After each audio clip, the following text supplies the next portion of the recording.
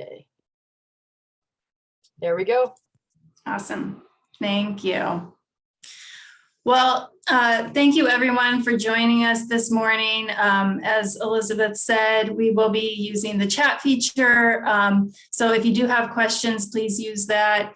And but we will be pausing during our presentation as well. I'm going to pop open the agenda here, item number 3, specifically for feedback to make sure that we have heard comments from all of you today. We'll do a brief welcome and to review the timeline and the scope, and then we really want to get into the design elements.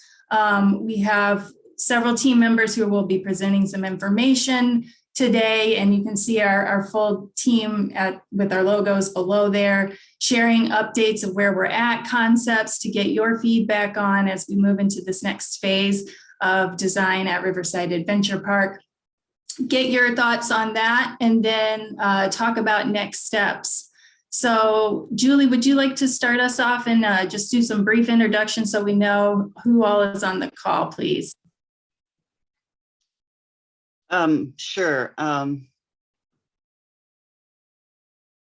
just lost my screen showing everybody's picture. So,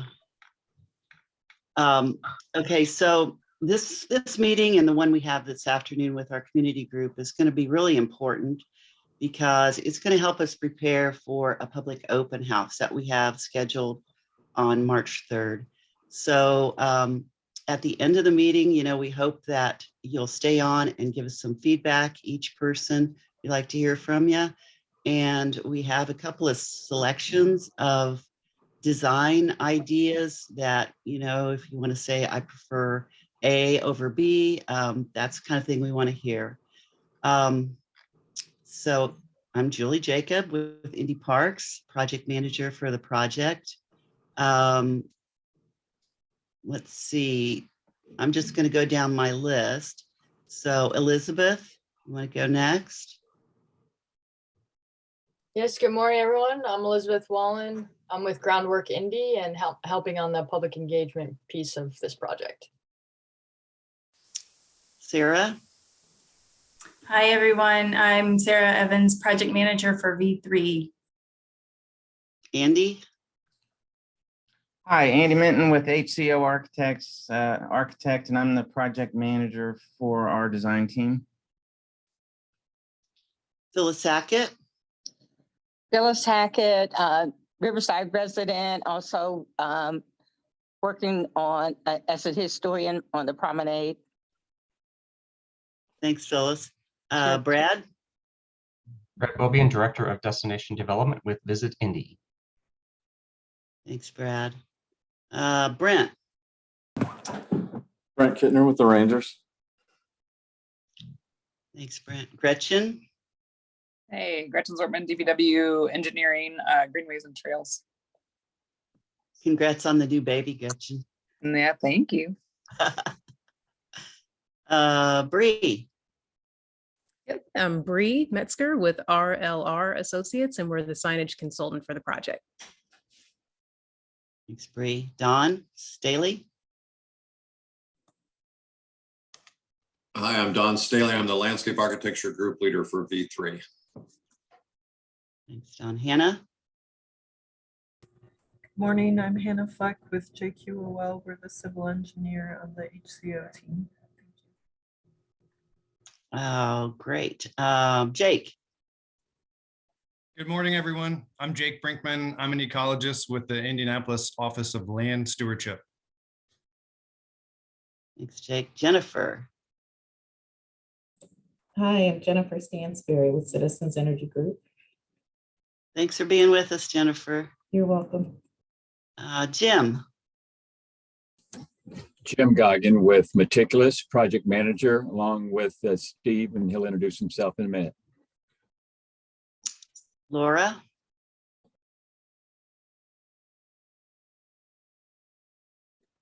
Hi, I'm Laura Hugler with Mater Design on the HCO team. Jeff? Hi, I'm Jeff Mater with Mater Design on the HCO team working with Laura.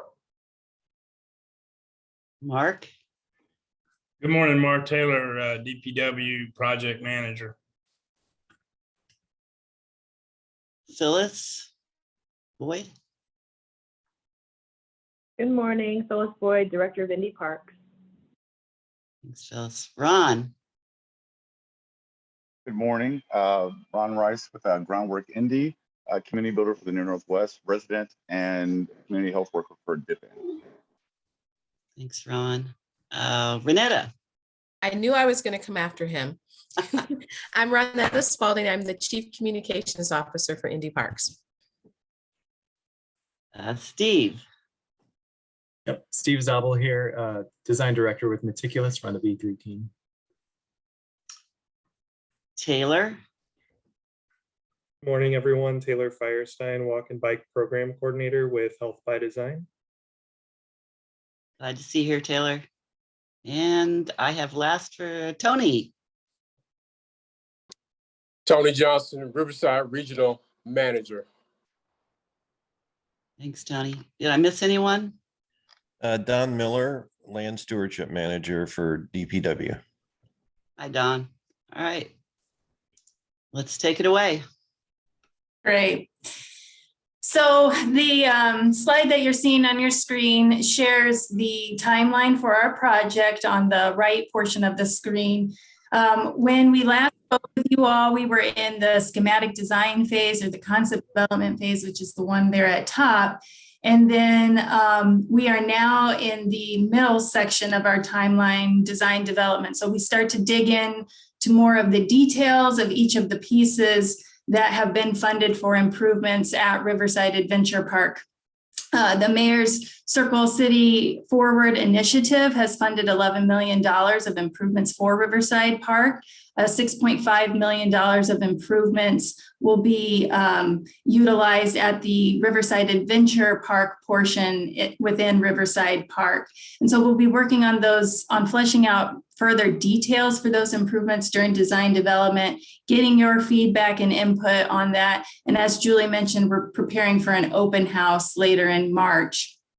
We'll also be working on permitting because much of the park, as you can see with the blue dashed line on the left graphic of your screen, this park is within the floodway. So we'll need to do permitting to get these improvements approved. And then the summer through fall later this year, we'll be working on construction documents so that contractors can build these improvements within the site. And construction will be scheduled for 2023. On the left portion of your screen, you'll see a highlight of that concept plan that we worked with you all to develop last year, excuse me. And there are improvements that we're planning for each of these zones as I highlight through this. So we've got improvements planned down at the river zone, up at the racing zone, which is at the top of 30th Street and Cold Spring Road. And then also improvements at the Central Nature Zone. And our team will go into the details for each one of these zones and the improvements that are planned for each of those.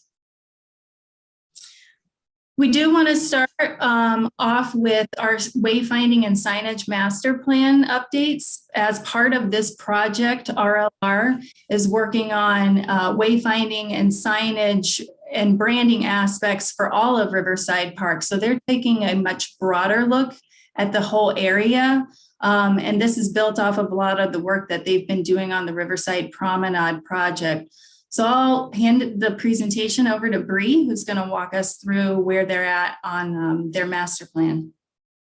Thanks, Sarah. As I've kind of introduced myself, so I'm Bree with RLR, and we are, as Sarah mentioned, looking at the broader aspects of Riverside Regional Park from a branding and wayfinding perspective. And so we're currently in the process of developing a signage and wayfinding master plan for the entire park.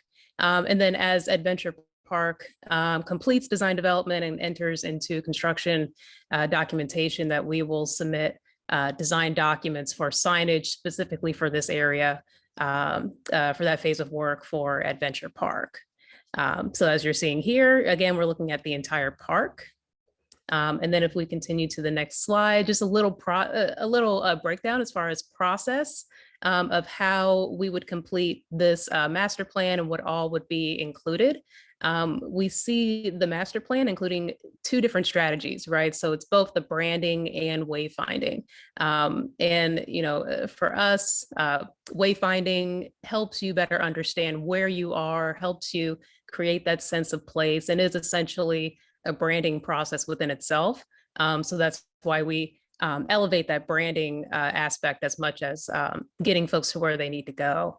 And so you will see that within the branding strategy that we're studying the existing conditions within the brand of, you know, understanding Indy Parks as well as Riverside Regional Park and its voice and its character. You know, what are those attributes that are so important for, you know, the visitors that are coming to the park and what it means to them. So we're looking to define those characteristics and as well as develop a logo type that can start to speak to that unique character and voice for the park, but also could work well with Indy Park's brand. And we'll also be developing colors, patterns, and symbols that represent Riverside Regional Park's character and just really enliven the entire park with those graphics.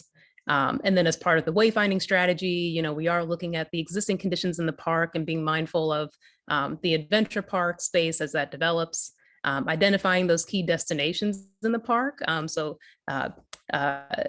Expecting new destinations with the adventure park and as part of the greater master plan for the park, but then also those existing destinations that we also need to wayfind too. And then looking for opportunities to support accessibility, create sustainable, maintainable sign elements for the park, anticipating change as well. And then also creating criteria for the sign functions, the locations, messaging, and pictograms for that universal messaging.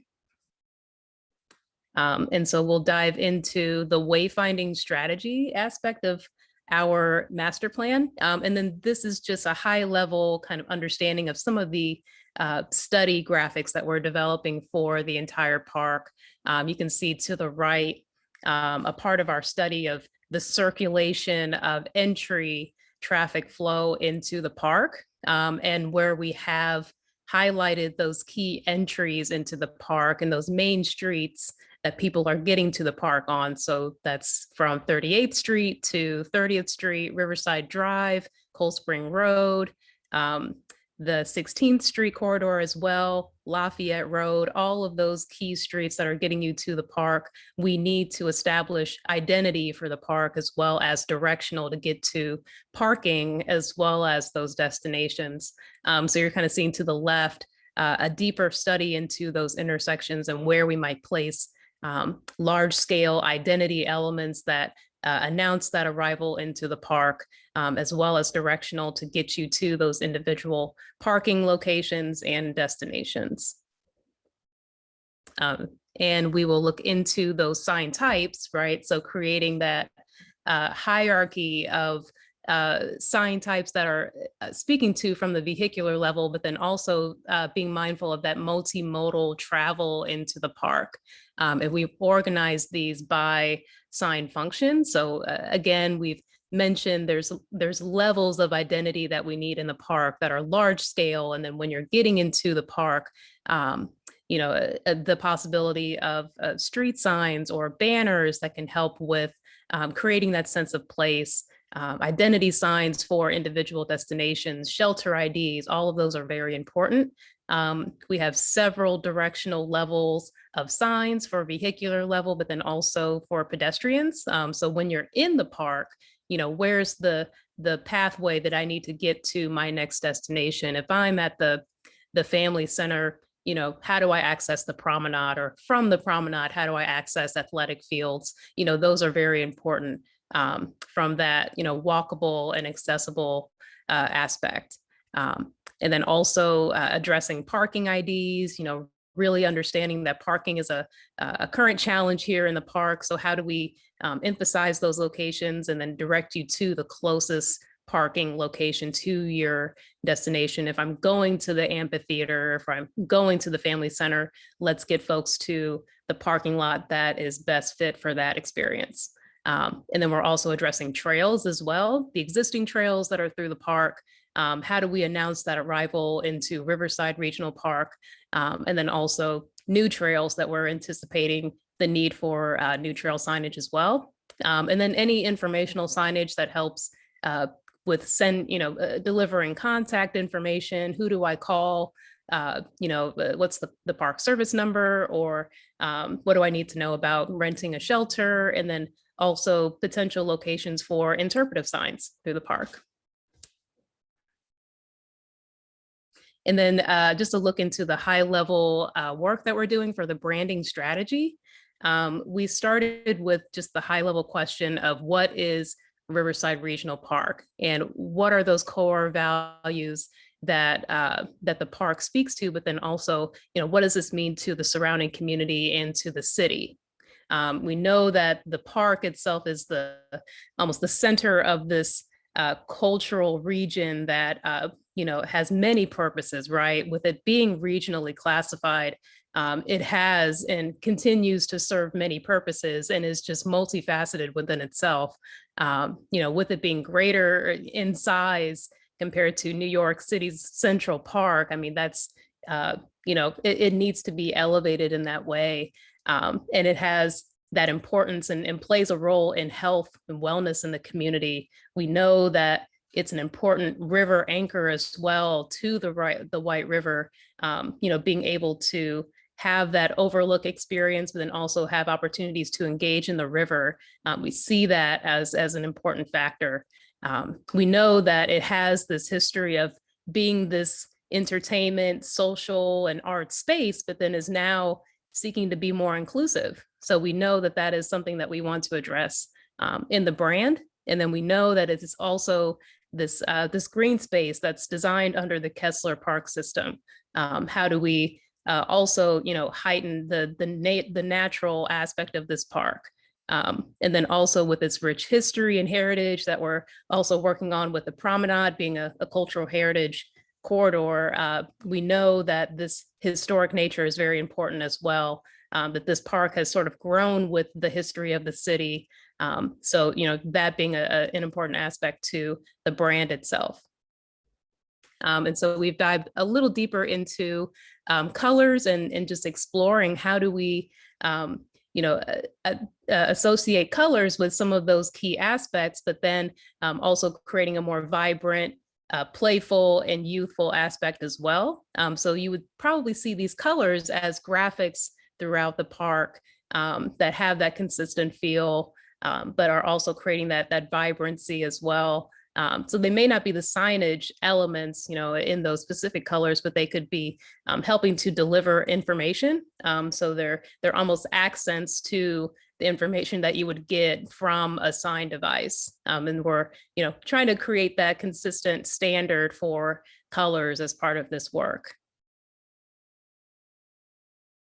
And then we're also, working with Indy Parks as well to develop a logo type that emphasizes the formal name of the park. We want to make sure that, everyone associates the park as Riverside Regional Park and that regional part of the name is important.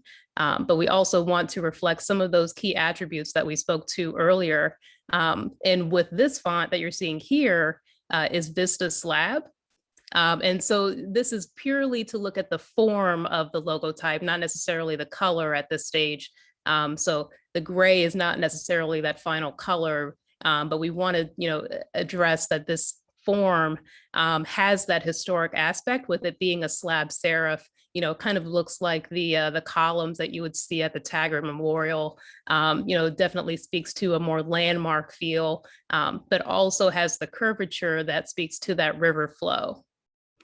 So we, really enjoyed just kind of the combination of the two, and just with its boldness, it gets to the resiliency of this community, and it just, creates a lot of different opportunities for us to create those symbols, those pictograms that can speak back to this logo type. And so we'd love to get feedback on that. And then you can kind of see within this font, how each of the individual destinations could be branded in that similar consistent way, but still reinforcing that Riverside Regional Park name as well with each of the destinations, and seeing this with the Indy Parks symbol as well. And so just kind of to wrap up, what we're doing, a lot of this is, again, that high level concept, but we have 6 points and goals that we want to address in that signage and wayfinding master plan. And I've kind of spoke to a little bit of each in the our section. So, again, we're trying to develop a unifying brand system for Riverside Regional Park, but still creates opportunities for expressing those diverse aspects and just really speaking to that unique recreational experience. We want to have that multimodal signage system that's, helping those that are biking to the park, coming from a bus stop to get to their destination or driving through the park. We want to be able to have a sign system that works for them. Creating that consistent naming and terminology for the destinations, especially, and reinforcing that formal name for the park. And then we also want to create those structural paths to your destination into parking locations, whether you're driving to or even within the park, and create a sense of place with landmarks at those key entries. How do we, set the tone for your experience in the park? And then finally, we want to essentially create a graphic system that can work for being in the park, but then also in a digital form as well. Graphics that speak to that natural green space, the historic nature, the culture, but also the river as well. So, and that's pretty much it for me. Thanks so much, Bree. And the work that RLR and Bree's team are doing is going to be really important for the design teams as we think about the spaces that we're working on, because their full scope view of all of Riverside Regional Park will then help inform the wayfinding and monumentation signage, even the regulatory signage that Bree was talking about, for improvements within Riverside Adventure Park. We are now going to start diving into each one of the zone improvements for each of the park. And as we mentioned earlier, we have improvements planned for the River Zone, Racing Zone, and Central Nature Zone. At the River Zone, we're exploring the entry plaza that is planned for there. There will be an iconic shelter and restrooms, pedestrian paths, and a parking lot, all for this zone. And the Mater design team, working alongside HCO, has been really diving into the details of this zone. So Jeff, I'm going to hand it over to you to help walk folks through the improvements planned there. Thanks, Sarah. Appreciate the introduction and running through the slides here. As Sarah said, we're looking at those entry features, again coordinating with Bree as to wayfinding and monumentation and identification of the park, as this is a kind of a key intersection coming off of 30th Street and White River Boulevard, or White River Parkway. So as we look at the southeast corner of the property, there is for everybody's knowledge, there are a cluster of really nice trees right on the corner. And there's also about a 15-foot drop off from pavement elevation down to the lower elevation within the park that happens fairly quickly. So as we're thinking about identification, we want to get as close to that corner as we can without significantly impacting those trees, but also want to make the vertical elements of signage and the entry plaza spaces feel very visible to both pedestrians and vehicles as they're driving through this area. So we've got a small little plaza space that's probably going to be housing more of those identification elements in them. As close to the corner as we can get, we're going to try to include a trail that will connect up to the trail that goes along the Soapbox Derby track along 30th Street. And then as we start to move north, we want to try to create a trail with another larger entry plaza that will provide some connection between the parking lot and some future developments on the other side of the parkway toward the river that will allow for better canoe kayak access, kayak launching, and portage and taking out. There's some work that has been master planned across the street that we're going to try to align and connect that entry plaza across the street to the spaces that will be created along the river. So that'll be an entry feature that'll connect back to the parking lot and allow for people to work their way across the street and down to the river with fairly easy access. The trail will then, continue along the parkway north. We've got a small intersection where I believe much of the public will park on the park side if they're visiting the Park Alliance property, and their main entrance is on the south side of their building. So we've got contemplating another pedestrian crossing that will provide easy access for people, the public parking that may be going to the Alliance building for activities there. The parking lot just above that is basically taking place or sitting right on top of the existing parking lot that's there. We're still kind of exploring the condition of the asphalt elevations and what we may need to make changes or improvements there. But we're trying to keep relatively within that footprint to allow for the future iconic pavilion that will be that's planned for here as part of the master plan and part of the schematic design that I think you've all been involved in through similar meetings. We're going to make some slight adjustments to the entry drive coming off of the parkway into this parking lot.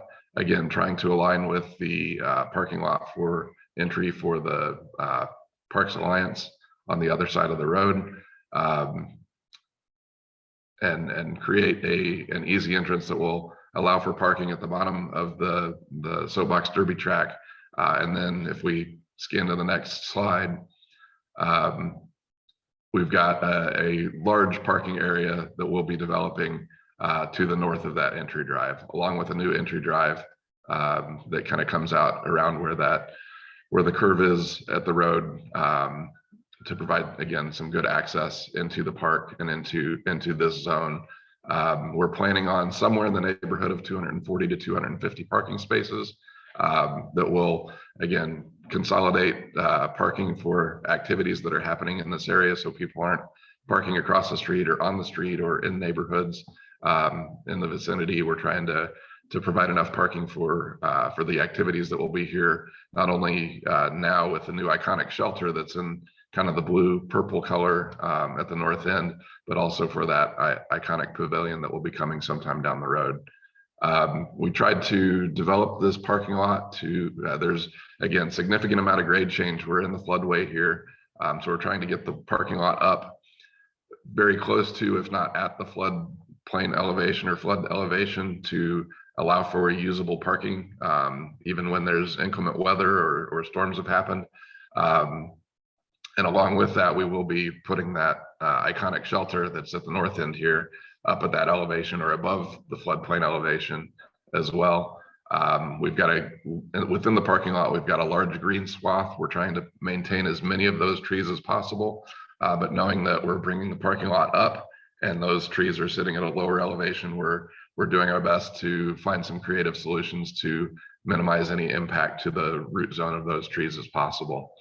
The other piece within here, you see a little label for the blue purple building just on the top side of this graphic for a restroom. This would be a small 2 or 3 probably unisex restroom rooms that will allow for use for the iconic pavilion as well as future or the iconic pavilion and shelter here, as well as the future pavilion that would be coming down the road. I know this area has been talked about for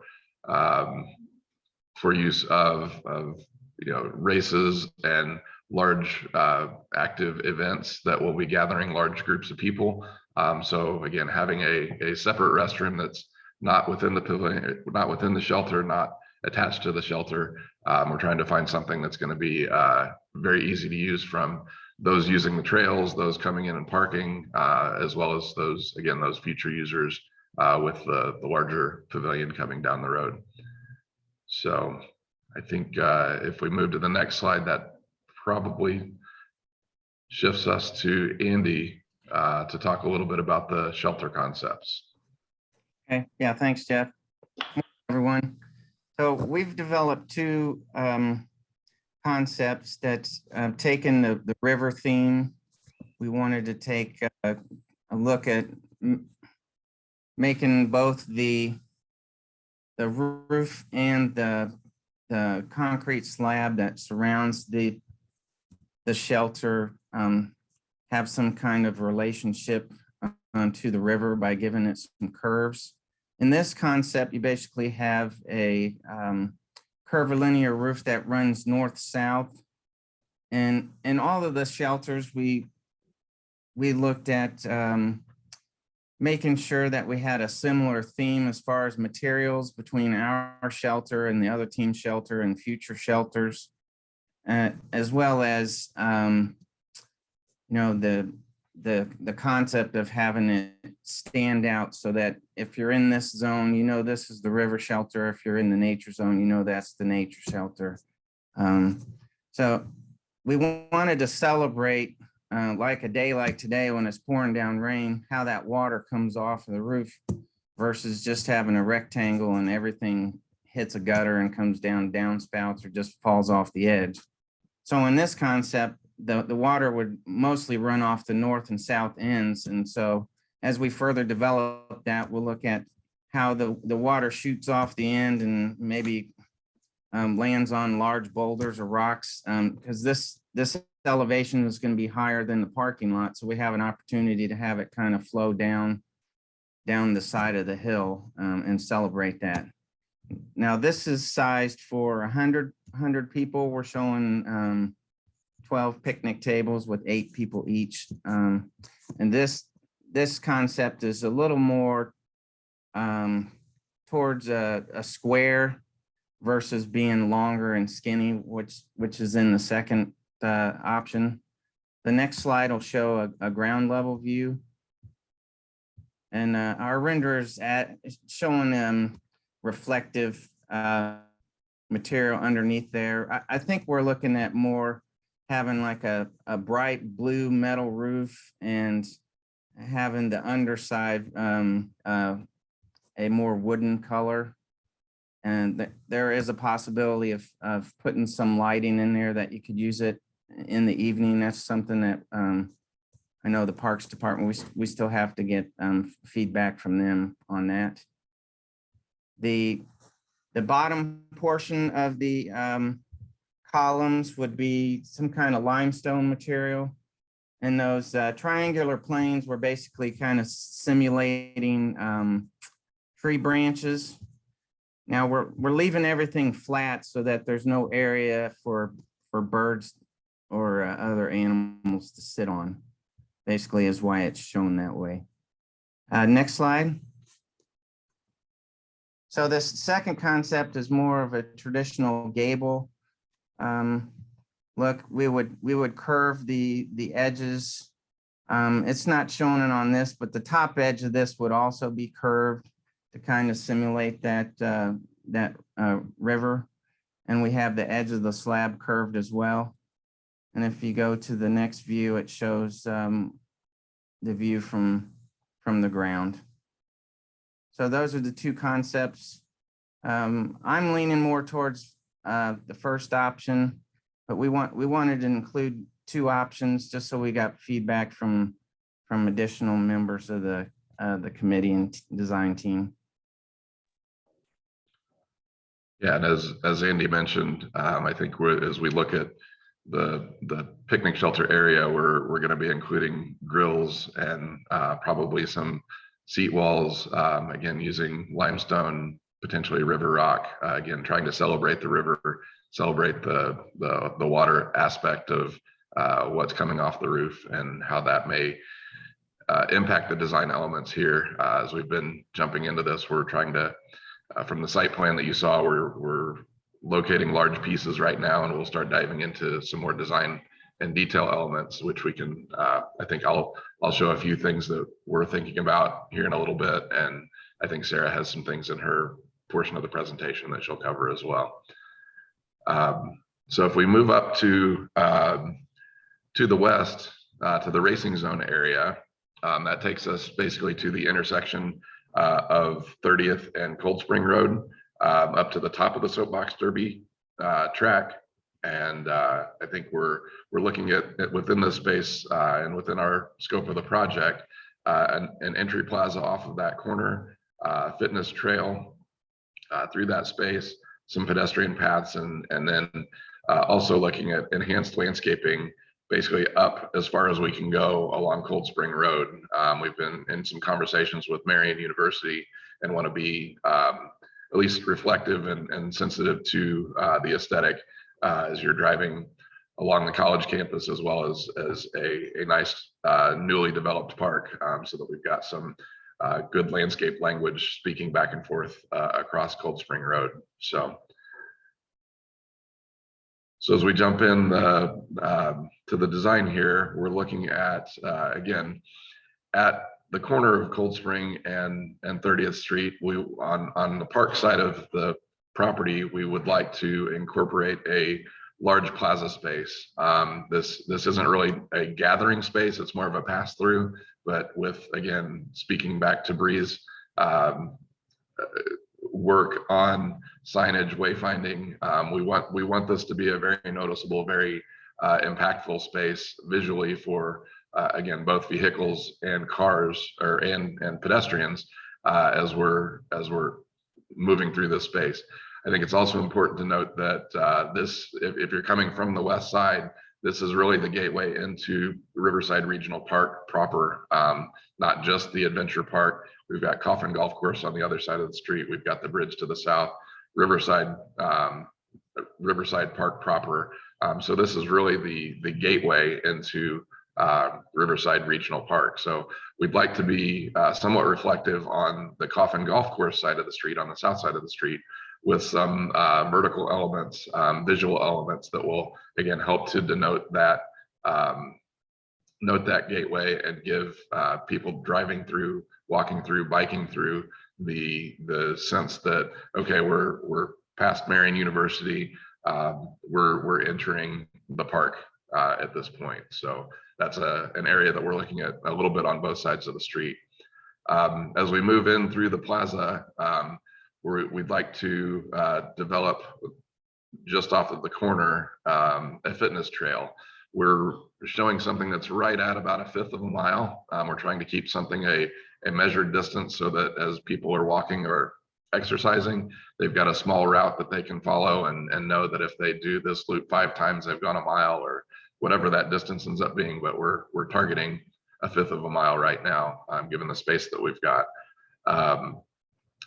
As we work around that loop, we've got a few different spots, and some of the feedback that we've gotten from the design team, the parks team, and some of the public input, I think there's a few different approaches or a few different ideas of what we include within the fitness trail.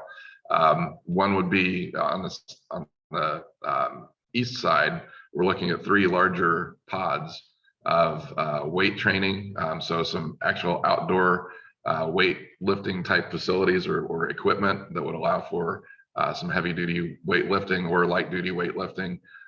Potentially in the middle of that, a large hardscaped area that would be very open and useful for yoga or Pilates if people don't want to do that kind of activity in the lawn. We're also looking at at the north end, the North Little Blue Pod bar park, more of a lot of jungle gym type activities with the ability to hang, swing, do pull-ups, do push-ups, do those kind of things there. As you work around to the west side along 30th Street, we have some smaller fitness stations. Those would be probably more traditional, what most people think of as a traditional fitness trail, where you can have some stumps or some boards to do step ups. You've got a bar or 2 to do push-ups or pull-ups. So they'd be more smaller individualized activity areas that we can work around the fitness trail and allow people to do some circuit training as they move throughout. One thought we've had, since this is the racing zone, we want to be reflective of the racing activities in the Soapbox Derby Hill. We may try to straighten out one of these, one of the longer pathways to maybe make for a 100-yard dash, a 100-yard sprint course. We're also trying to maintain a lot of open green space in the middle for people to do additional circuit training or other activities that they don't want to do on the trail. Keep that pretty open for any type of fitness activity that would incur. As we continue to the north, again, you start to see some trees that we're starting to hatch in. We plan to connect into basically where the existing cart paths are. We'll improve those to make them good sound trail locations for people to move through the park, but we'll extend both the landscaping and streetscape up Cold Spring Road. The trail, again, will extend up Cold Spring Road. Once we get to the top of the hill, about across the street from Marian University's access to the Allison Mansion, there's a very, very steep cart path right now that we're going to try to take out or plan to demolish. We'll take the trail up here and loop around and connect back into the trail that's just east that will allow for that loop to take place. I know Sarah's group is looking at some switchbacks and some connections to get up the hill and connect this space down to the lower nature area within the nature zone as well. So that's generally the planned efforts that we're trying to accomplish here. Again, as we've talked about developing spaces, we've talked about hardscape elements and how can we be reflective of the river? How can we be reflective of the racing zone? So we've pulled some ideas of using some inexpensive concrete treatments that will allow for some bold colors to be used, some bold swaths of color to be used, whether that's in circles like a pebble dropping in the water, whether it's a serpentine path that would be reflective of the path of the river. I'm kind of foreseeing a few different shades of blue, maybe a white or a lighter color that kind of work as that center image shows, where you've got some overlapping trails or overlapping paths that start to happen within those entry plazas and in and around the picnic shelters themselves. We want to highlight those spaces with where we have standard concrete. We want to use those for sidewalks along parking lots. We want to use standard concrete and be cost effective where we can with the more infrastructure spaces. But where we have those special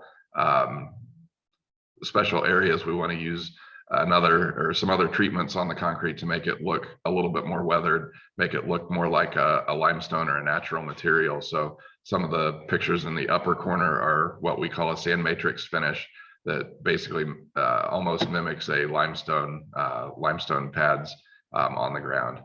A couple of the other images that you see, the one on the top right has some nice bold swoopy lines that may be effective in the racing zone, and using that in that entry plaza. Again, whether the colors may change, the colors may shift, the patterns will probably be a little bit different than that, but using some of those, again, bold swooping lines that indicate speed, but also are reflective of the river as well, are some things that we're contemplating as we continue to move this forward. So we talked a little bit about the fitness trail, again, having some areas for Pilates or yoga in the top right. We've also shown down at the bottom right, some of those individual stations that are fitness related. We did want to show, more to the middle and the left, some of the different elements that we're contemplating. Again, we'll need to sort through colors and how much equipment we're using, but in the development of the bar park or the weightlifting type facilities. There's a lot of new, a lot of playground manufacturers and a lot of site park manufacturers are coming out with a lot of things related to fitness. So there's a lot of new opportunities and a lot of new equipment out there that we're exploring to include in the fitness zone area.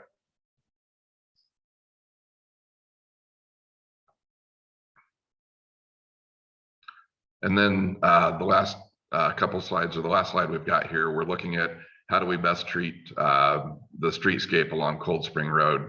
You know, in our conversation, we had a conversation with Marion University last week, and I think both Marion and the park department are very conscientious of maintenance and how much time and effort things are going to take to keep looking good.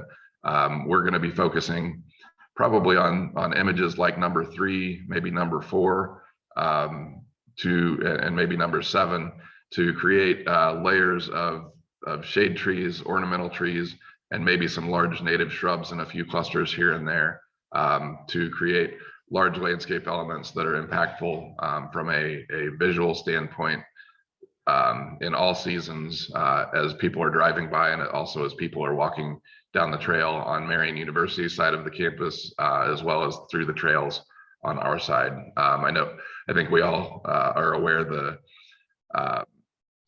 maintenance of smaller shrubs and some of the other pictures like 8 and 9, trying to keep those maintained and looking good is a difficult task for a lot of institutions in the park department with over 200 parks.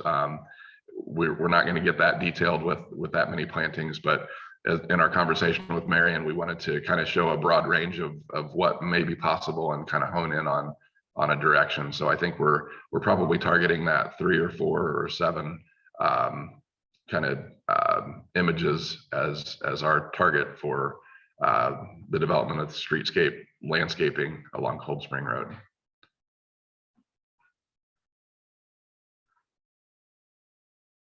So with that, I think that turns me over to Sarah. Thanks so much, Jeff. And I'll walk through the planned improvements at the Central Nature Zone. After we get through this last zone, we'll have time to make sure that we go around and hear everyone's feedback. We wanted to just get through all of the information first as a package. So at the Central Nature Zone, we are planning lots of pedestrian paths. That's one of the great features about the Central Nature Zone. It's one of the features that, a lot of folks, particularly in our concept development stage, just talked about the desire to utilize pedestrian paths throughout this site. We're also looking at an entry plaza, realigning the entry road and having some parking off of there to serve these destinations. Another iconic shelter that would serve the Central Nature Zone and standalone restrooms, and then nature play area. So as we talked about, one of the big attractions, I think, to this portion of the park is the ability to get out into nature on these trails. Existing with the existing cart paths, there's about 4.5 miles of trails right now. And then the plan improvements would include over another 1.25 miles of trails throughout the Central Nature Zone. We're also looking, Jeff touched on this earlier, we're looking at replacing this existing path connection up to the top of the plateau. Right now, that's very steep and dangerous. So we will be replacing that with a switchback trail that will allow an accessible grade to get up to the top of the plateau. And then also as we move north on the site, there are more connections, really about making those east-west connections for a web of connectivity so that people can choose different lengths of trails based on their own ability here, as well as connecting along the bottom side of the plateau. Jeff mentioned that Their project will remove that very steep trail along Cold Spring Road now. So we need to make an additional connection so that folks can loop around at the toe of the slope and then come up through an accessible switchback here. We've also been working through the concept for realigning the entry drive and just creating a much nicer pastoral type of experience into the central nature zone portion of the park. The first experience that you'll have here is through an entry plaza that can include some of the monumentation or directional signage that Bree and her team are working on, coordinating those surface treatments and paving types with the other entry plazas that are planned for the site. And then as you come into the site further, moving west, we're looking at an optional parking here, and that would be to serve future destinations, the picnic grove and the demonstration gardens. But really what we're wanting to do is provide additional parking to serve the picnic, the iconic shelter here, as well as the nature zone area. And we see these as really big destinations for the central zone. The realigned entry drive would also tie into the existing parking lot that sits at the former clubhouse. And then this sets up really nicely for realizing the full vision here of a central nature zone complex, where we would have in the future a nature center here. And then this would be the archery center over to the east to set up that real nice pedestrian connectivity between the two. This concept is showing the location of a standalone restroom, again, separated from that iconic shelter so that it feels like you can use that even when somebody is renting the shelter space. It would be close to the parking lot as well as close to nature play, because when you gotta go, you gotta go. And so this is the concept that we're working through for the central nature zone. We'll dive into the details a little bit more of each of these features further. And I'm going to hand it over to Steve to walk us through the shelter options for the central nature zone. Yeah, thanks, Sarah. First, starting out with the shelter, we noticed, or as you saw with the river pavilion, that we're trying to take cues from some of the natural setting. Now down there, we've got our river reference, and up here, we were starting to take a look at some of the plantings that we see around here. Jake, you're gonna notice something familiar here. This is a plant on the left he helped me identify, which is the cup plant. It's a plant that grows in the wetter areas, some wetlands, and we've got a large watershed area up here at the central nature zone. So the cup plant, we were actually looking closer at the leaves, which we don't see on the dried up fall version on the left, but in the middle, we've got the leaves that are fused in the center and kind of start stepping up at 90-degree angles from each other, going up the stem. And each of those fused leaves kind of creates a little cup in the middle, which is why the plant has that lay term name. Here's different types. We've got the more of a one fused leaf on the left, and then a couple better defined two leaf versions on the right. So that led us into the concept that we developed here for our first option. So this kind of takes the shape of two leaves are coming out from the middle. Go ahead to the next. That's the overhead view or the roof. And then kind of have these two leaf like elements coming out. And we were really intrigued by the idea of sort of a origami geometrical translation into the architectural expression here. And as we were talking about this just yesterday, Julie asked if we could exaggerate this a little bit more because it's a little more dynamic, a little more expressive. And, there's ways to take this concept in that direction. In general, what we do is we've got a watershed to the sides, and then in the middle, we've got an opportunity to kind of celebrate rainfall when it happens, a little collector there in the middle, and then it would direct the water down to one of the swales that's going to become integral to the landscape plan here. So if we go to the next image, here's our nice bird's eye view. And this is taking it at a little bit more of the exaggerated geometry, lifting up those centers more so that there's more curvature to those leaves and offsetting one to look a little bit more asymmetrical. We see more in the natural setting.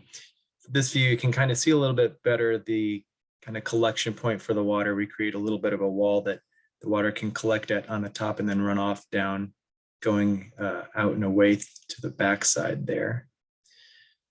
And then this is just a straight on view of what it would look like with the exaggerated version with the petals. And of course, we would integrate this with the direction of where the site planning takes as to how we connect with that swale, the water collection feature, the direction that we see from the street, how this references toward the future nature center and so on. We did develop a second option from this. Kind of wanted to imagine what this might play out like if we simplified it a little bit more. So this is that concept, a little bit more simplified. This is a butterfly roof. Got our two leaves going off from the center. And one roof, again, offset up higher. We've got a central supporting wall. That's kind of our plant stem. And then this shows off the materiality that we've discussed as we developed this. Andy mentioned having limestone incorporated. We've got stone or concrete bases that create the base for the columns and then extend off as a seating wall from there. And then Core-10 metal Core-10 steel that's gonna rust and create its own protective layer there, and also provides a warm tone, kind of has that cedar tone to it that people respond well to. And we actually wanted to pull in some timber here because the wood, people always respond well to natural materials. Stone and wood, always seems to draw people to it. So we've got the steel columns holding up these wood beams, and then a durable metal roof. And then you can see we've got our drainage is a central gutter that would come out and drop the water into another collection point. It's not really developed on this one as it was previously, but that's the idea. So that's what we've got our the more leaf-like option 1, the simplified version option 2, and then the exaggerated version of that first one.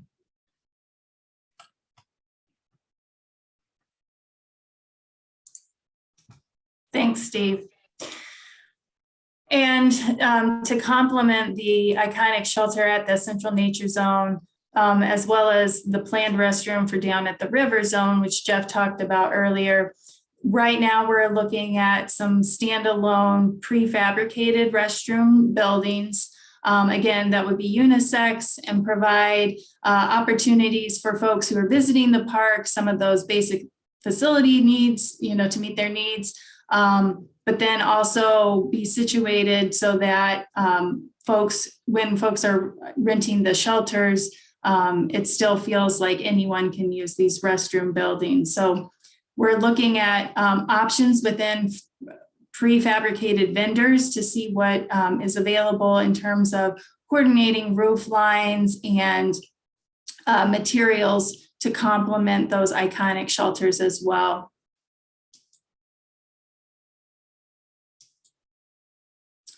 And then we wanted to discuss a little bit further the nature play concept that is developing. Here at this portion of the park, we've got the confluence of Crooked Creek and the White River, and we really wanted to celebrate the fact that there is a confluence there. Again, tying back to the namesake of Riverside Park, that we are a riverside destination. And it provides an opportunity for us to provide some passive educational opportunities as well about drainage and water. So you'll see these dashed lines here to indicate where we're thinking about collecting stormwater from impervious surfaces like the parking lot or just around these use areas. And those can be landscape features, but then Confluence also has this larger social meaning as well about bringing people together in the spaces. And so that's sort of what's driving the design of the nature play itself. And item number 1 here is highlighting the opportunity we have to have a very iconic structure, play structure that fits within the nature play framework from its materials, but can be a very iconic and sculptural type of destination to pick up from the views of the shelter that's serving this area, as well as the future nature center. And then from this perspective too, you get really nice views from the top of the plateau at the winter zone. So again, something that can be really eye-catching and draw you into the space. And we're showing this example here of something that is in the spirit of what we're talking about. We're also exploring, maybe instead of a sculptural piece, maybe it can be something that uses some nice bright colors again to draw you into that space and reference the nature theme of this overall zone. Item number 2 represents the opportunity to have incorporate some turf within the nature play space, a synthetic turf, and also create some embankment slide opportunities. The image that's shown here shows a metal slide, and we would be looking to do something in a more polished concrete here so that we don't get any burn factors from the users of the playground. And also some turf moguls that provide play opportunities. This turf zone then would separate the iconic structure from a small amphitheater space. That's item number 3, because we're thinking about, we have some change in elevation here. The accessible pathway up to the restroom building that would connect folks to the iconic shelter in more of a direct manner so that if they're not visiting nature play, they don't need to go through that area. It actually provides us a nice opportunity to have an amphitheater space here. Can incorporate some limestone seat walls. This could be a space where either parents are hanging out as they watch their children play within the nature play area, or to facilitate some of the field trips that would be anticipated for the future nature center here. So this could be a space where you can gather and gather up the children throughout the field trip.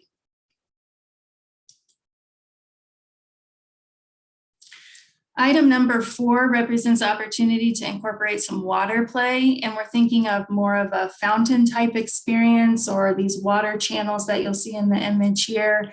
That eliminates some of the requirements that are presented when we have more of a splash pad type of facility and proximity to restrooms. So this is treated as a sort of like a drinking fountain where it can be operated on and off switch to facilitate water play. But this location allows us to tie into that whole confluence and overall drainage theme that we have going here. Items number 5 represent the opportunity to incorporate some swings into the area. We know that that would be a big attraction for kids. The image on the lower right-hand side shows something that's pretty different in terms of a swing idea. And it's a rope that's on a pendulum type swing, but it really enhances the whole nature play theme here. And then we also have some opportunities for some stepping logs in this area as well.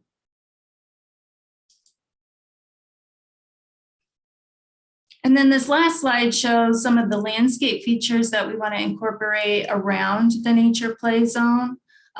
So item number 6 shows the opportunity to incorporate some of the existing trees that are that are located here within a planting bed that, again, provides an opportunity to incorporate maybe a limestone seat wall for parents to sit and watch their children. It also provides separation from the nature play zone from the perimeter walk around. And then 7 really illustrates the opportunities for drainage, landscape features that, again, celebrate this riverside location, can be natural elements, and really illustrate the idea of the confluence.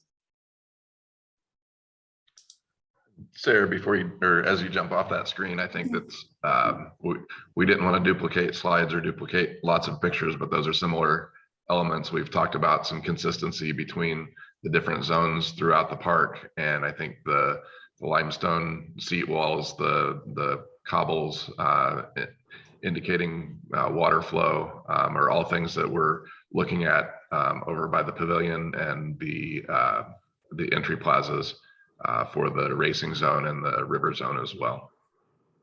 Yeah, great point, Jen. Thank you.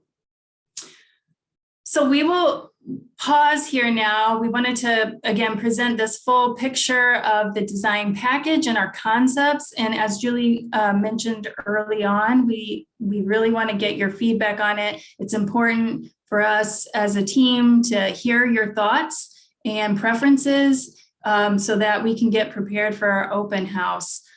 And we'd like to do a round robin style to make sure that everyone is heard. I know we do have some questions in the chat, though, that I wanted to make sure we covered. Don Miller asked what types of barriers are planned, if any, to keep cars from driving into the park or the parking lots. He was asking if bollards are maybe planned. And Jeff, thanks for responding. Yeah, we haven't really discussed specific barriers at this time in our design, but we do anticipate it would be curbs, bollards, again, incorporating some natural boulders to prevent folks from driving into the spaces so that, we know that cars going into parks is a common problem. And then let me just start. Maybe Don, Don Miller, I'll see if that answered your question or if you had additional questions or thoughts on anything. Yeah, that answered my questions. That came up when they were going over the landscaping next to Cold Springs Road and the college there. So thank you. Thank you. All right, I'll start with Brad. Brad, do you have questions or just general feedback for us? I guess this is super exciting to actually see that we've got money to do something as part of this plan. And so I'm excited just to see drawings about what will actually be under construction next year. So I think overall, when I think about, I keep coming back to what's the difference between an adventure park and a regular park. And part of that for me is the aesthetic. It's the type of activities, but it's also the aesthetic. And so when I see, so like the nature park pictures that you showed, Sarah, like to me, that's spot on. When we think about like the fitness trail and the fitness equipment, like we have that on the other side of the park with the cold space. And so like, how can that, Jeff, be more adventure-y? And it's not that, if you're going to trail run, you're going to use the trails, but maybe we think of this as the accessible trail run sort of piece. And the aesthetic treatment and the textures of the materials and the edges, in the elevations, in the roughness of things. I don't know if there's a way to reflect. I'm spotlighted. If there's a way to reflect more natural aesthetics, landscaping, I think more of less manicured, less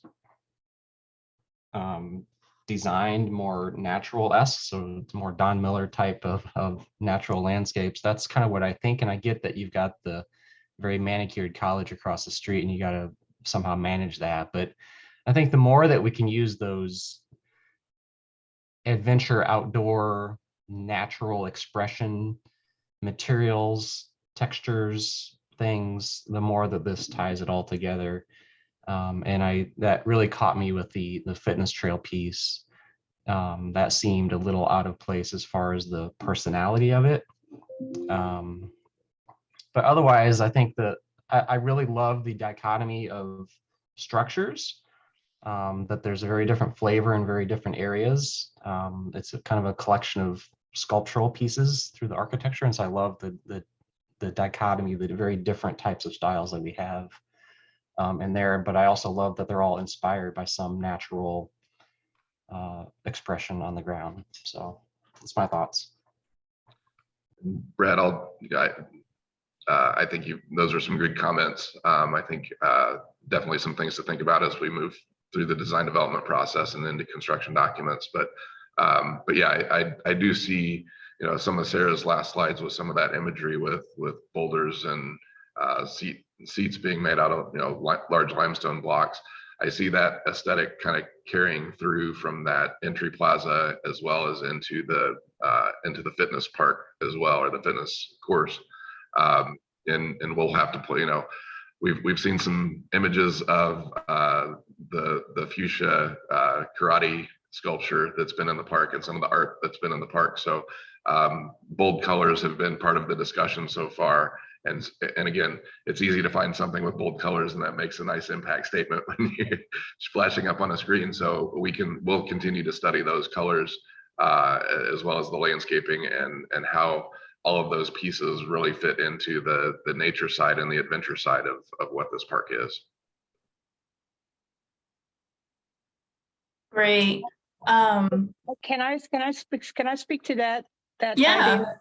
Okay, because I felt the same way. I felt that there were a lot of pieces that, I love what you're doing and where you're going, but I still feel that there are a lot of pieces that are so industrialized rather than aesthetically evolved out of, a nature piece, but at the same time, an adventure, because I see nature and adventure linked together simultaneously through our animal complex that we have evolved out of as human beings. And so to me, the limestone benches seem to be more of a kickback to what's happening already in at the Taggart and at the promenade, these hard core surfaces.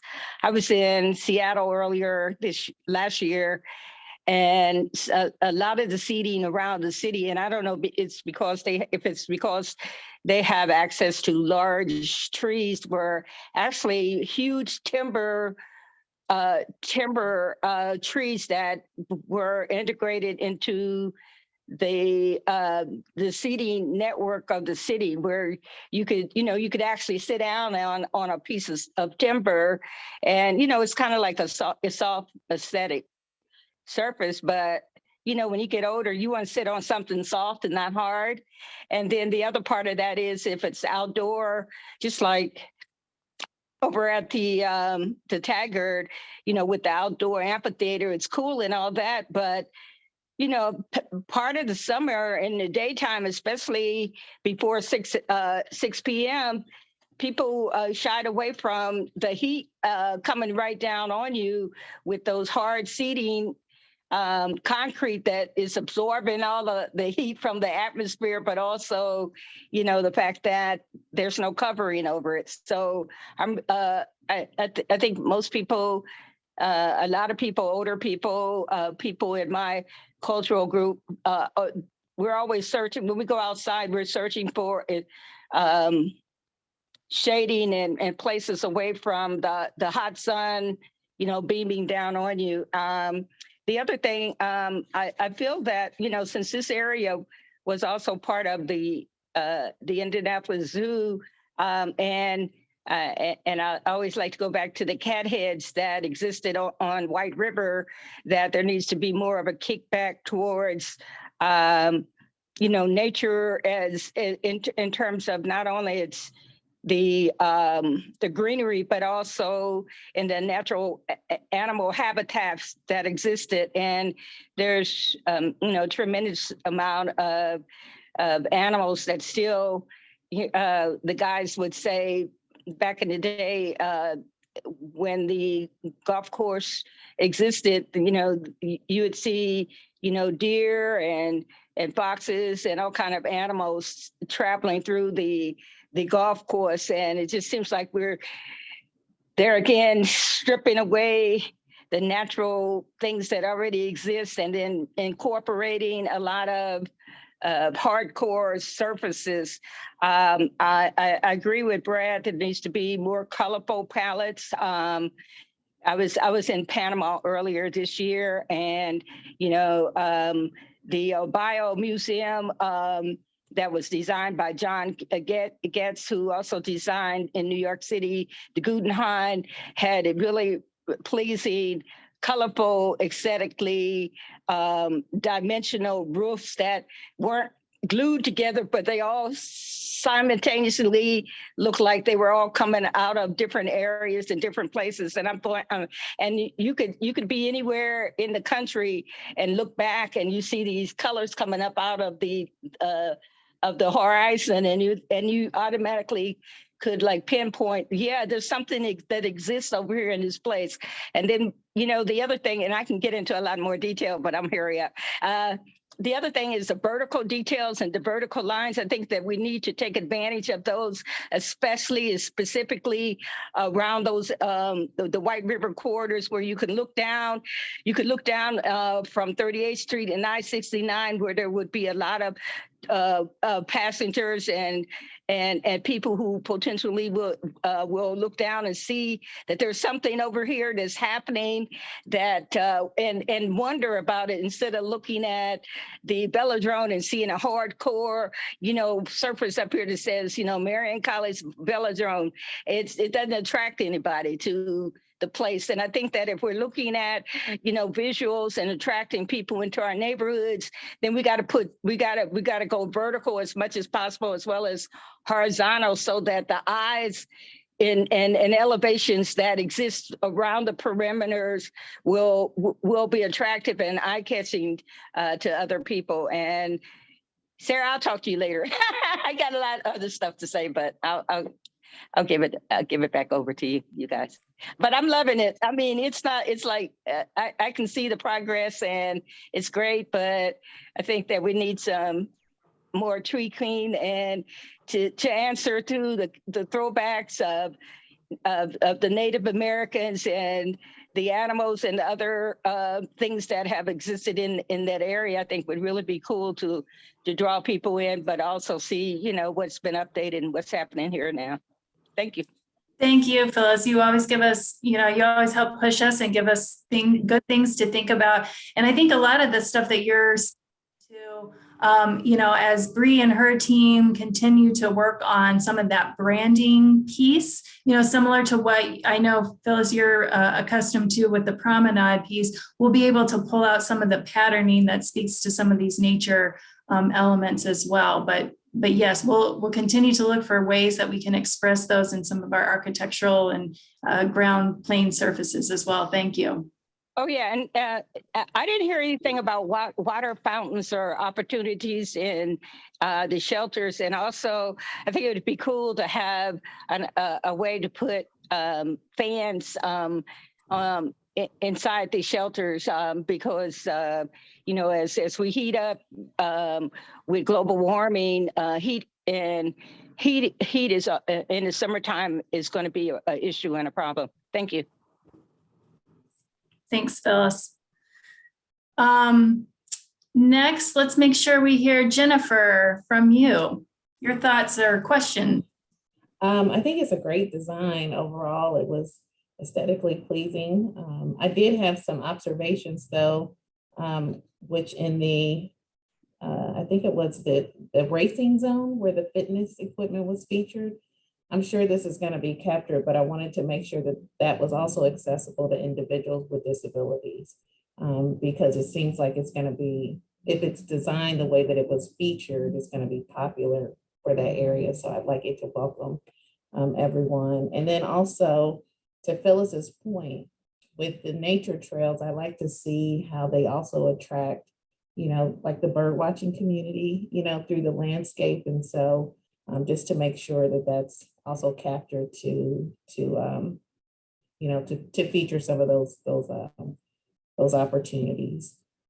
Outside of that, I mean, I really like how you guys are capturing some of the stormwater, and the drainage and featuring those things, and also with the shelters and how they align with the things of each area. So I think that's phenomenal. So good job.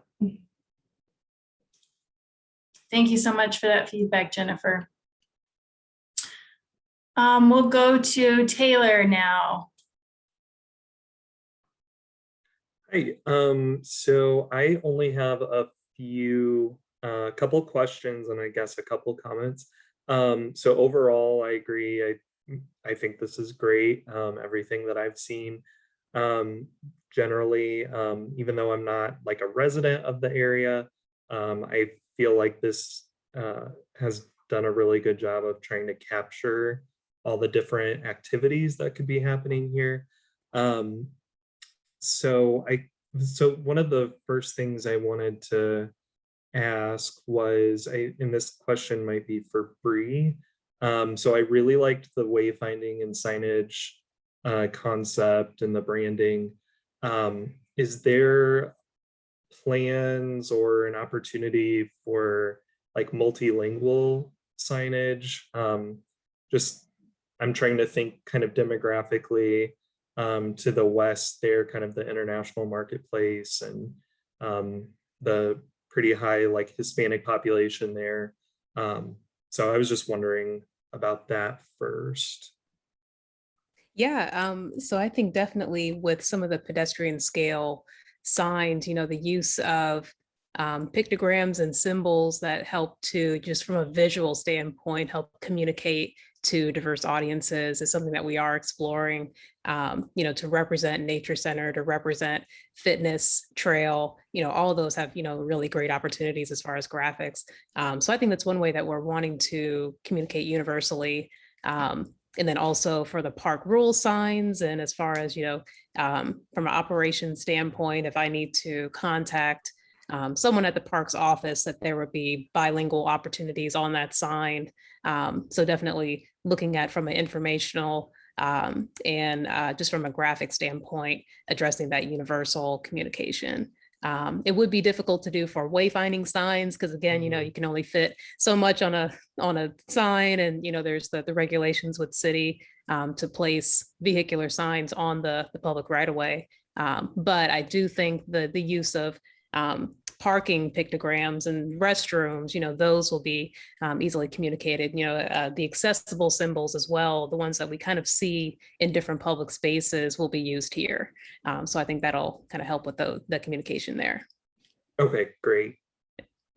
Bree, excuse me, Bree, will you be using some of those QR codes as well in some of the signage? Yes, especially if we have opportunities for interpretive. So then that way, if someone has, a translation app on their smartphone or their tablet, they could scan that QR code and be able to enjoy a story, or, I think if it's even we'll have to see if even with the etiquette sign, if that's, something that we would like to do. But I do think they would be at least featuring Spanish as the language already on the sign. But I do think with the interpretive, there's some opportunities there for QR codes that could, go deeper and be used for translation. Thank you. Great. The only other, I had a couple more questions on more so like the pedestrian access. So I was wondering with the Marion campus, if there were other opportunities to connect more kind of pedestrian walkways or trails into the campus, rather than, because they still kind of look very I don't know, like segregated uses. And even though like the campus, obviously it's, you know, a private college versus a public park, just if there was another way to kind of connect in the two so they're not so divided by Cold Spring Road. I know there's at the intersection there, I think at 30th and Cold Spring, obviously that intersection is kind of offers an entry point into the park, but was just kind of wondering about that and if there was an ability to connect through their kind of main entrance there, sort of on the back side of the park. I know there's some topography issues too, so that might play into it. But I was just wondering about that. And then kind of in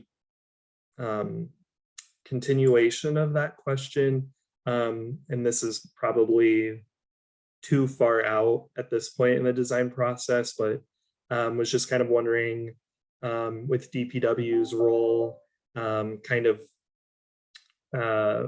you know, like the placement of hawk signals or other roadway treatments or things that kind of speak to pedestrian safety and bicycle safety. I'm still like, my dream would be to kind of like cut off the parkway there that runs along the river, and just include like the parking off of 30th Street and then have it kind of dead end at the top there for the nature play zone, and just kind of like take out the parkway there so people could have direct access to the White River. But I know that's probably, you know, there's a lot of issues that probably can't work, but yeah, I'll leave it at that. But those are kind of my other questions there. Thanks, Taylor. Yeah, I remembered that comment from our earlier steering committee meeting just about the vision there. Yes, and you're right. It would have, you know, other traffic implications that would need to be studied. I think we're focusing on a lot of the internal circulation for this phase of the work. But, you know, we definitely know that that's, you know, kind of a long-term goal, at least in your mind, for pedestrian connectivity. Jeff, do you want to speak to some of the thoughts that you have, particularly up at 30th Street and Cold Spring Road? And then, you know, just in terms of other opportunities for connections across Cold Spring and how that might align with the future vision of the plan. Yeah, we had a meeting with Deb over at Marion last week, a week or so ago, and got some feedback. And she reflected some similar comments to you, as we want to make things in this area more pedestrian friendly, more bicycle friendly. Look at opportunities to do some traffic calming through the area. So while you know, with the bridge being replaced here before too long, and with traffic being redirected a lot over the next few years with things like that happening, I don't know that that's really in the cards right now. But I know from our standpoint, as we do kind of build that entry plaza and build that corner in the park on 30th and Cold Spring Road, connecting across at that crosswalk will be much more significant and much easier, and allow for access across the street to get to Marion, but also from Marion across the street to get into the park and into the trail system very quickly, where right now you just have a short little stub of accessible ramps and then sidewalks that go about 50 feet, and that's about it. So I think at least on the park side. So I think we'll be making some connectivity there. As we look further north along the road, I know the winter zone, I think, is a future area where there's some parking planned, and trying to align with both of Marion's main entry and their north entry as well. So I think as things continue to evolve, there may be some opportunities for more pedestrian crossings and more integrated connections that will feel a lot more designed and integrated at that time. And I think that may give some, you know, whenever that phase comes, I know Marion is interested in partnering and talking with the park department and discussing with DPW as some of the construction activities on or surrounding streets and bridges slows down in a few years, working with DPW in the near term to start to plan for pedestrian and bicycle friendliness and vehicular slowing down in the not too distant future. So that's on everybody's radar. Again, probably not part of this project specifically, but we're trying to plan for it appropriately so that we're not getting in the way of ourselves down the road. Yeah, and that's an important, I think, clarification is just, each of the improvements that we've talked about in these zones today, that's part of this initial phase one to sort of build the groundwork of improvements at Riverside Adventure Park. When we did the concept plan, I think, and you may or may not remember, but the full build out of the plan was $80 million. And so we have $6.5 million for this first phase of work, and even some of these larger connectivity kind of visions would be even beyond that. So, it would need to happen over a much longer period of time, and with bringing in additional partners to make that realized. But just wanted to clarify on that, because I know there was another question in the chat just about in terms of construction and when that would be. So, and we'll get into the schedule here a little bit later as well. I want to make sure that we hear from, let's see, who are we missing? Renetta, have we heard from you? You have not. Thank you so much. I think everything looks really good. It's always nice to know when you start from like the master plan and you really don't have a whole lot of, have a whole lot of ideas, but not really concrete options, especially the visuals. And it's just so nice to see everything come together. What else I read in here? I love how you have considered how people could use the space, and maybe in some cases how they should use the space, kind of thinking of how we're doing it now. And then I also like how we are starting to kind of uplift the Riverside Regional Park, and kind of the value of that, and then have kind of the adjoining amenities. I think that's nice. So it's nice to see some of the branding pieces come together. And I'm always I don't know why I love those metal slides. There's just something about those that are super, super great. I know that they do get super hot as well, looking at the one we have at Tarkington. So I know some of the other, kind of parks that we have visited have kind of the shade structure over it. Or I know that you mentioned maybe even using some different materials so that it doesn't get as hot. But I think everything looks really great. Thank you for your perspective on that, Renetta. Mr. Mark Taylor, we want to make sure we hear from you on from your perspective. I would definitely say it's nice to see all the creative plans and all the thought that's went into this, and then to hear the ideas that people have to make it better. It's just a good refreshing thing to hear all that and see that taking place. The one thing I'd say, I'd go back to the first thing I wrote down is I like the concept one on the shelter in the river zone. I thought that would be something that would catch your eye from the roadway coming right into the parking lot. I think that would be something that would be advantageous. I guess the one thing, and someone brought this up, I noticed that in the racing zone, I didn't see a lot of parking right up by and maybe I missed it. And I also didn't see any ADA accessibility that because I didn't see the parking. So, I mean, those were the things that I noticed. And then I wrote down they were going to have you talked about the playground area, having some artificial turf, and it was rolling turf, and that looks nice. And I guess you just want to make sure that it didn't have a lot of seams in it, or when we did it, how that worked, so we didn't have a lot of repairs or damage that way. And the other thing I would say is just keep in mind when you're doing some of this design stuff that I can guarantee it'll be graffitied on a regular basis. So we've got to be able to maintain that and clean that.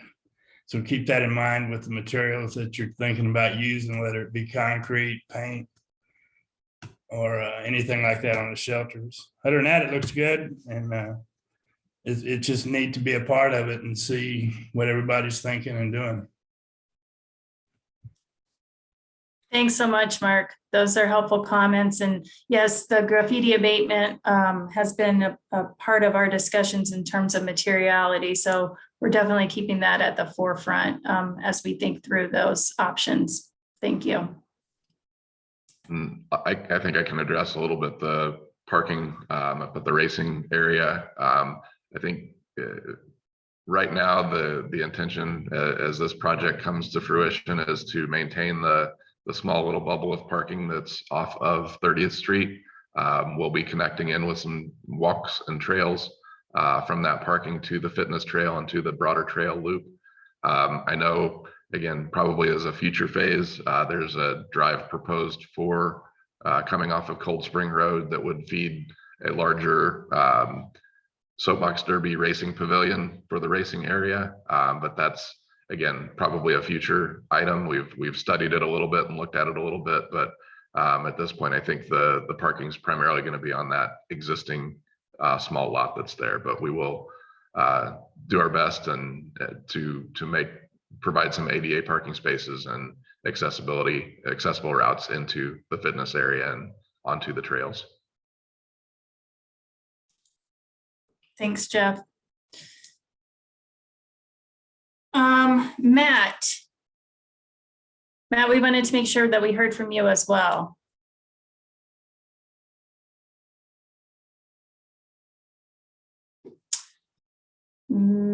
Or maybe let's make sure that we hear from Jake Brinkman or Brenda Howard. Any thoughts or questions?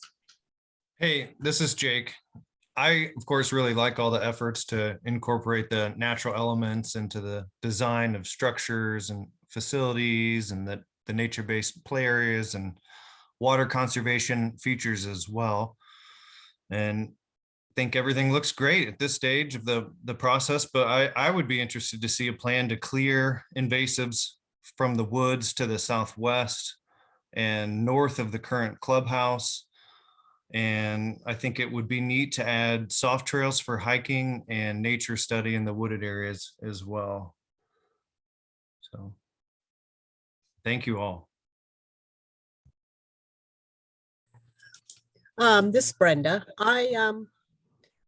I think I would just reiterate what Don Miller and Jake just said. I really like what I'm seeing here, and yeah, we just need to be aware of when we have these natural areas that they do require a certain amount of maintenance to maintain them. That's it.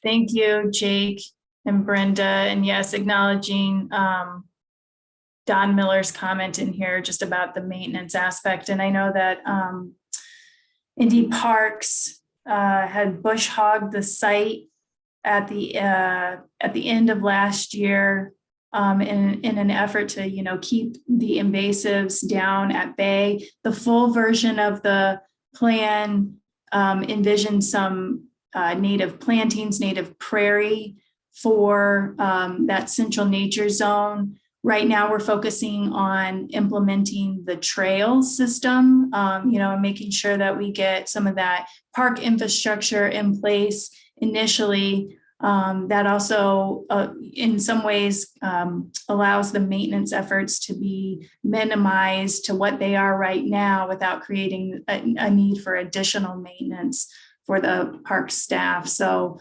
it's my understanding that the park would be maintained with the 10-foot buffer on each side of the trails as mown turf.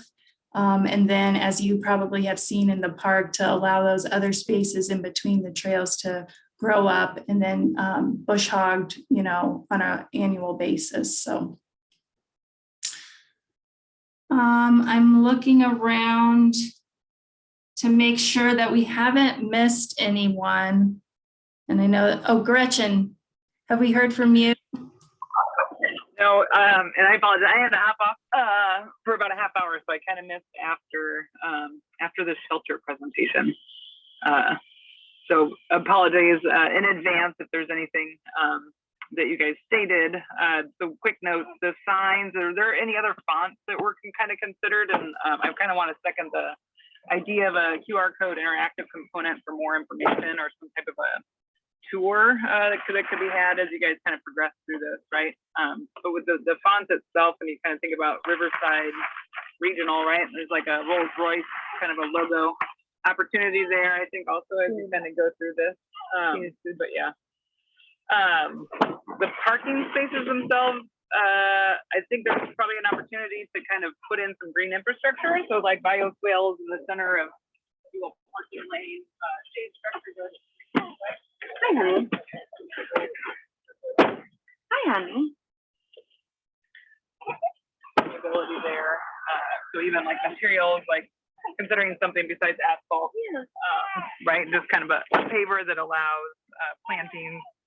And still, can be maintained. And again, did you guys speak to this stuff already? No, not to all of these. So thank you for these comments. Bree, do you really want to touch base on some of the signage questions, and then I'll handle the paving and stormwater pieces? Yeah, so we are looking at a secondary font that could be used for messaging on the vehicular signs. So something that is a bit more standard sans serif that would, pass that legibility and readability test from a distance on signs. But we do see the font that was presented as that primary kind of logo type. And then that, it's carrying Riverside Regional Park as that name that you would see consistently throughout the park. But then the messaging would be on our signs and carry some of the information there. But yes, we love the idea of the QR codes and allowing space for that, so that, if that experience is built later, if it's a digital experience, that you could add that QR code adhesive, on the sign panel and, have access to that experience from there. So yes, we'll kind of keep that in mind as we're designing the panels themselves. Yeah.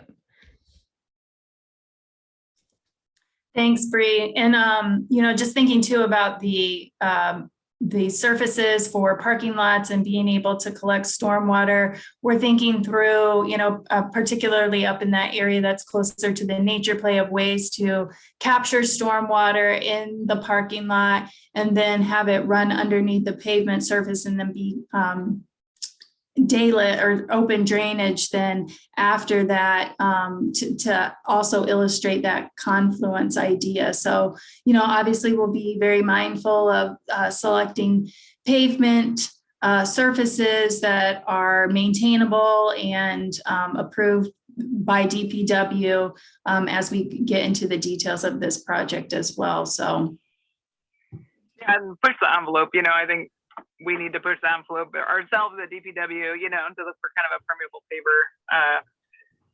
So back to parking also, the sidewalks, and think about circulation for pedestrians within parking lots. I think that's something that's often overlooked, right? And I didn't see a lot of that. And consider kind of narrowing, have like one way in, one way out.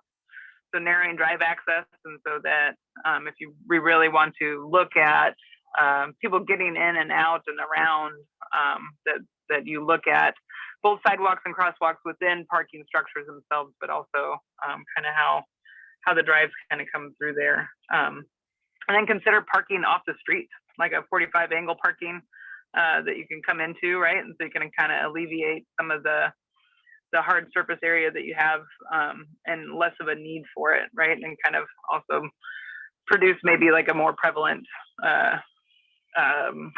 there's a bunch of, more prevalent appearance, I guess, like there's somebody here, something going on, activation, right? Kind of a note. Shelter comments. So I just kind of think of Bourne, and it sounds like permanent seating with like seat walls and things like that are being considered. Solar panels or some kind of option for lighting. If that's something, on the roof structure that can be included. It could be included in like a flower type of looking thing, and there's a lot of opportunities for that. I do know that the fire pit shelter that's adjacent a playground at Fort Ben is often hard to get a hold of, and so maybe some kind of a fireplace structure is kind of a fun thing. and then really embracing kind of that water piece of things. If we are looking at like cascading rainwater off the roof and looking at how to bring just a natural culture component into it, like to create maybe a nature-based playscape, right? So like the boulders that would collect the rainwater can also serve as like a nature-based playscape that then drains water, you know, down a stream. And so you kind of learn about water cycles there. So again, forgive me if you guys had spoke to a lot of this stuff. It's just comments I had for what I was able to listen to. So thank you, everybody. Great work. It looks fantastic. It's been quite a pleasure actually kind of seeing this project progress. So thank you, everybody. Thank you so much for your comments, Gretchen. And I'm hoping that, you know, I think we did touch on some of these points here, but it's always good to hear from your perspective, you know, what you think should be emphasized. So thank you for providing that feedback. Any other thoughts or questions? I know that I think a lot of the other folks on here are part of our core park team, but I wanted to make sure we didn't forget the client team either, if there's any thoughts or questions there.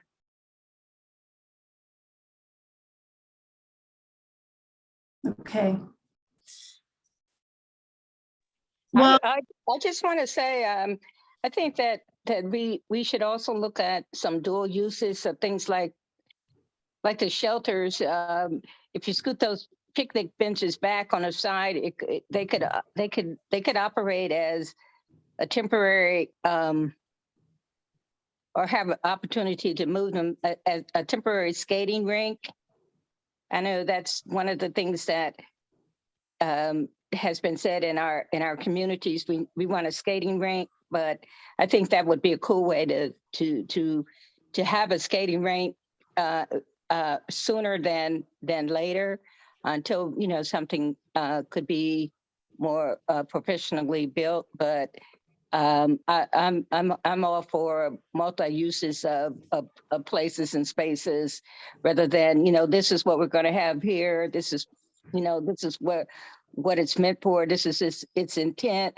I think that, you know, that we can look at and hopefully foresee that there are other uses of spaces that could be used in the future. So that was just one of my ideas of dual uses of our spaces.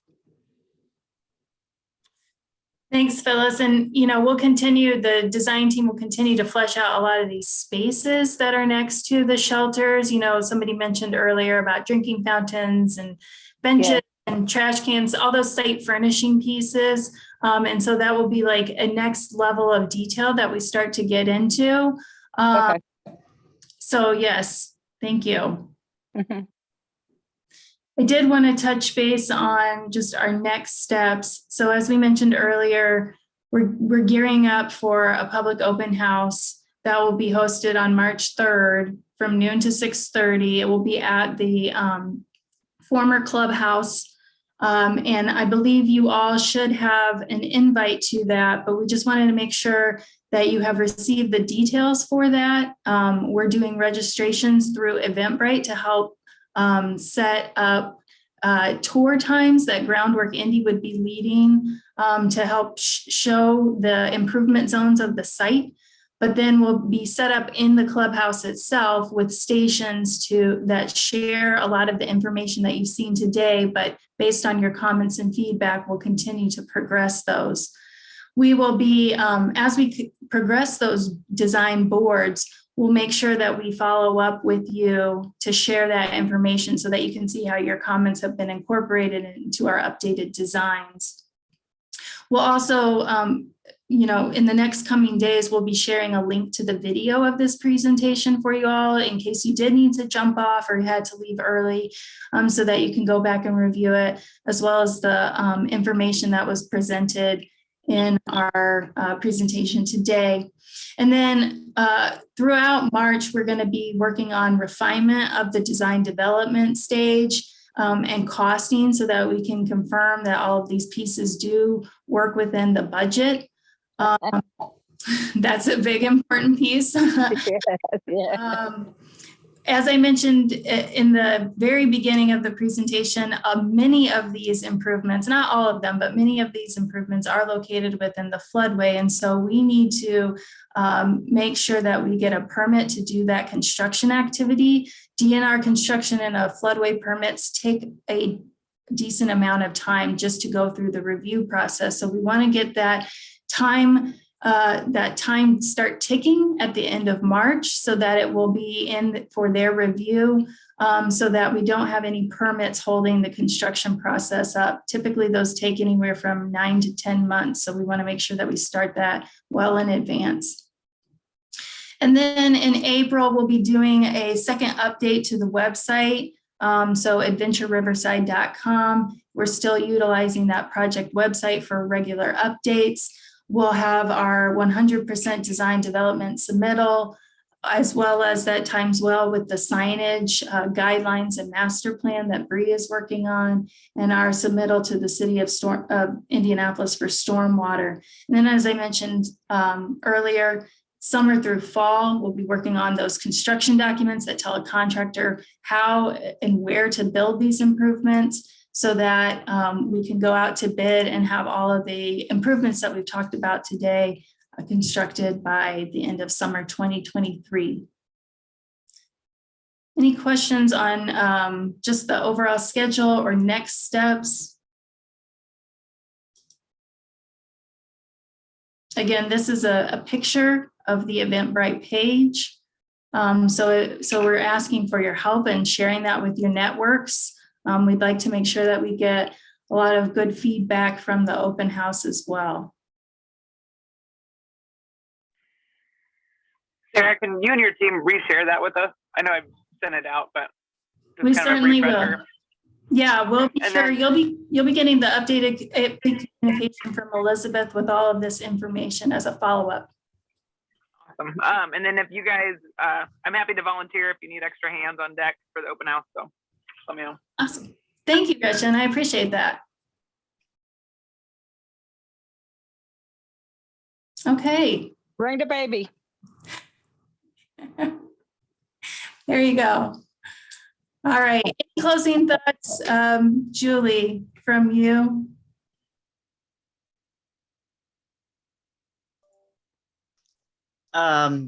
Yes, I just want to thank everybody for participating. I think we've got some amazing feedback. We'll have another meeting starting at 2 o'clock this afternoon with our community advisory group. So combined feedback from both groups, I think it's going to be really helpful. So thank you all. Thank you, everyone. Thank you. Thank you. Thanks. Thank you.